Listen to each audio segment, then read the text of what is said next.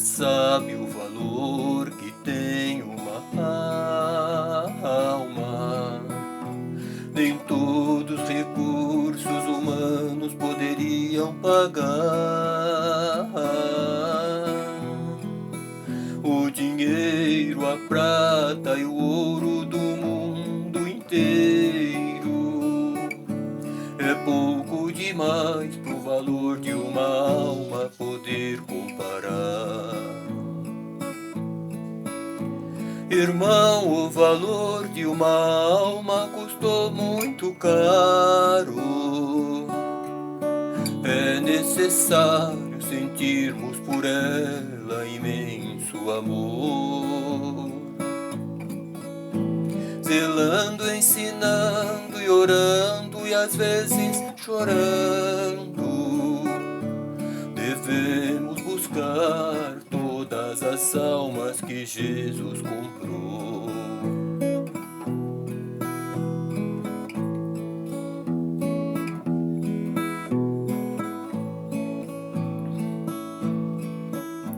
Irmão, quantas vezes tem alma ao teu lado chorando,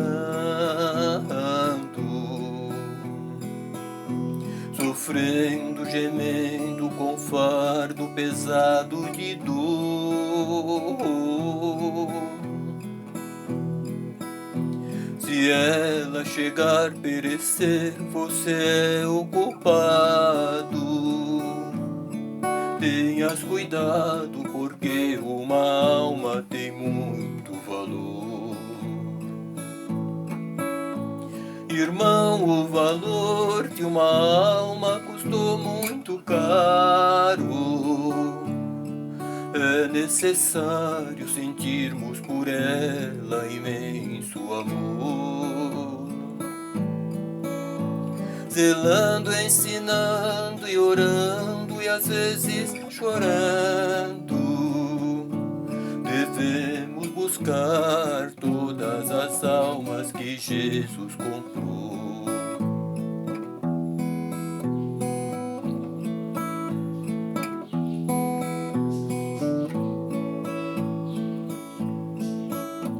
Irmão, você lembra do ID do Mestre amado? Não foi um pedido, mas ordem que ele nos deu.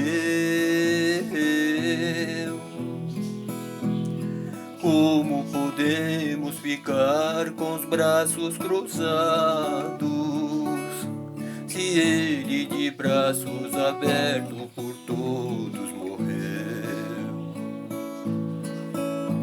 Irmão, o valor de uma alma custou muito caro.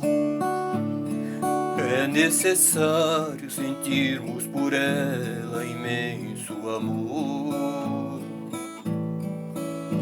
zelando, ensinando e orando e às vezes chorando. Devemos buscar todas as almas que Jesus comprou. Irmão, você sabe o valor que tem uma alma.